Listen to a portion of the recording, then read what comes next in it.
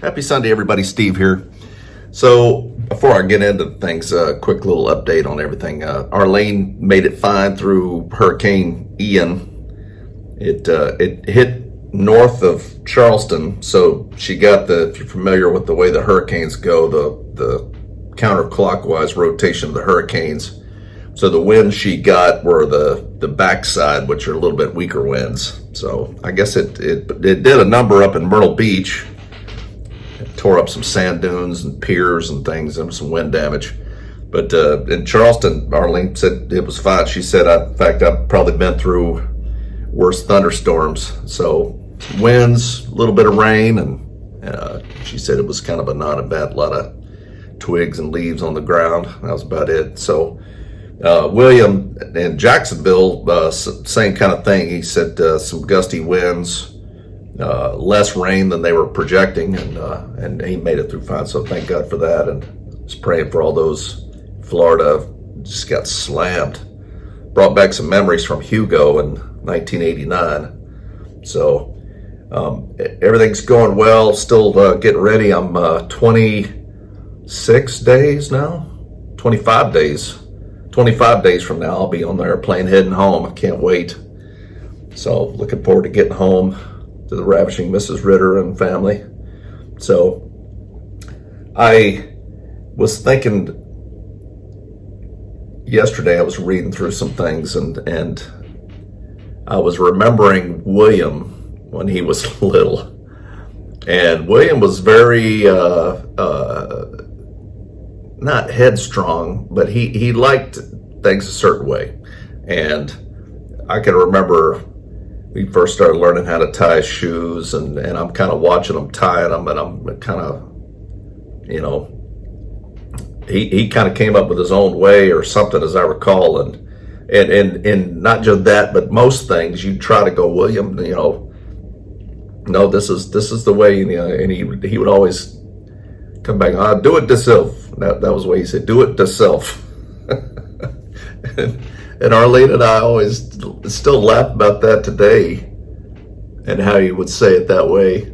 He always used to crack us up. But he wanted to do it himself, his way. And it reminded me of that. And I was thinking of all the stories in the Old Testament, and God leading the children of Israel to the Promised Land, and all the times that the word stiff-necked people was used.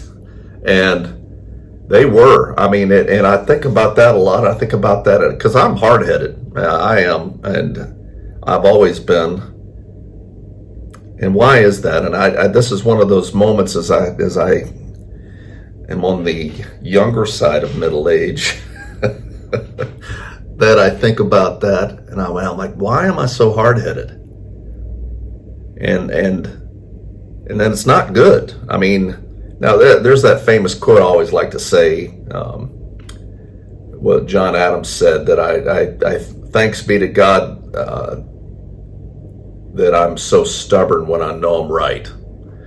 And sometimes I take that too far, for sure. But the Bible, I mean, talks about being humble and listening, and not being so quick to talk, and all of these things of humble. What is that? Humble, and to listen, and wise counsel, and all of these things.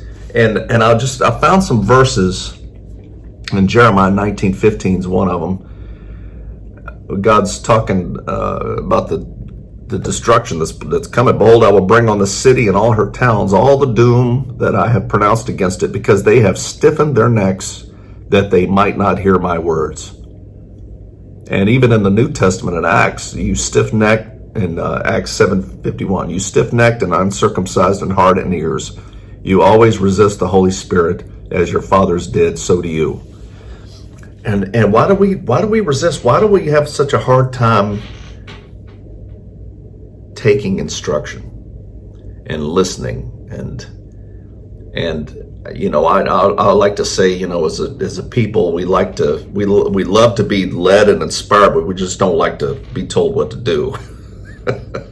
It's true. I mean, I mean, sometimes people will just do the opposite just because. And I certainly, when I was younger, I mean, I wanted to do it myself. I wanted to be, that I did it.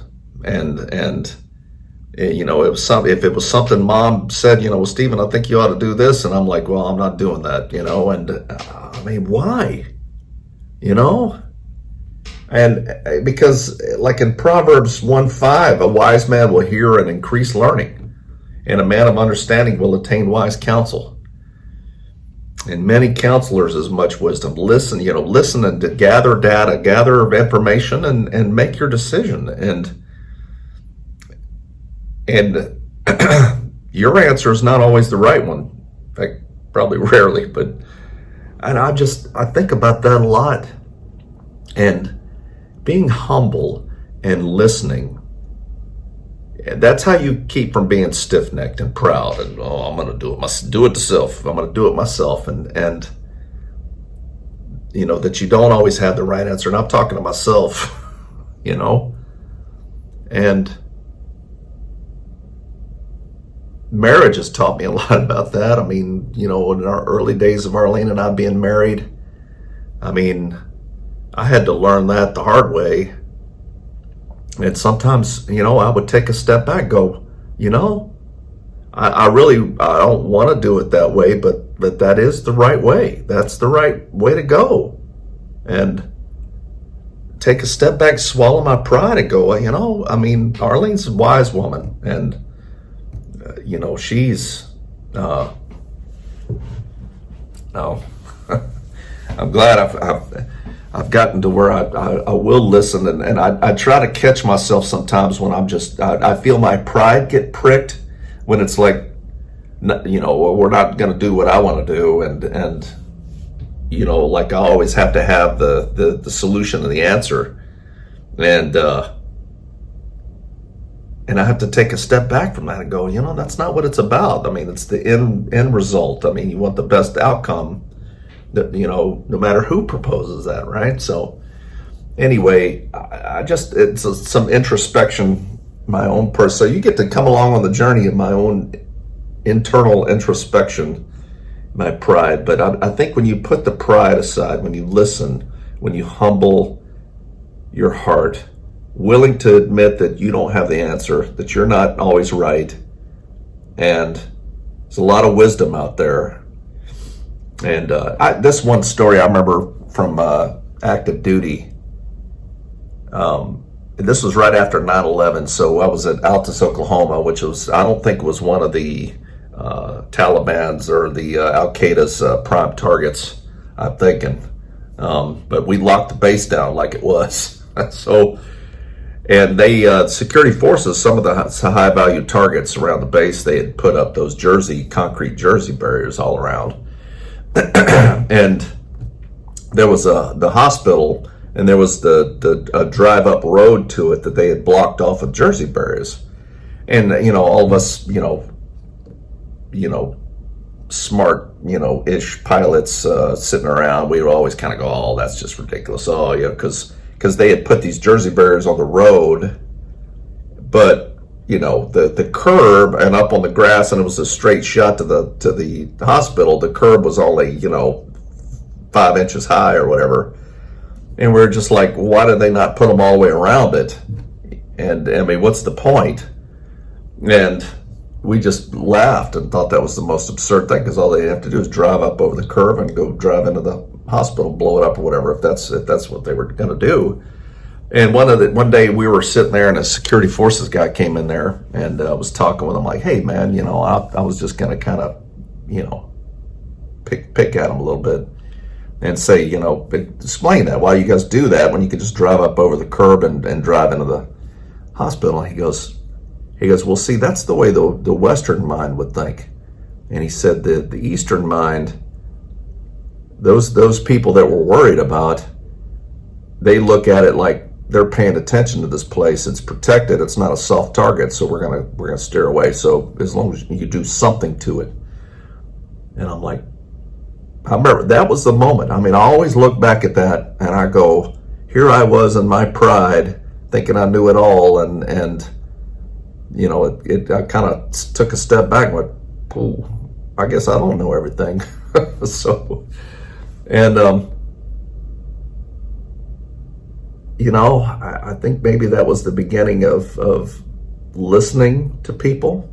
That there are people, I realized at that point, I don't know it all. There's people out there that know a whole lot. There's most people out there know more than I do. And to not be proud and to listen and be willing to accept that there's a better idea out there. And so that's my own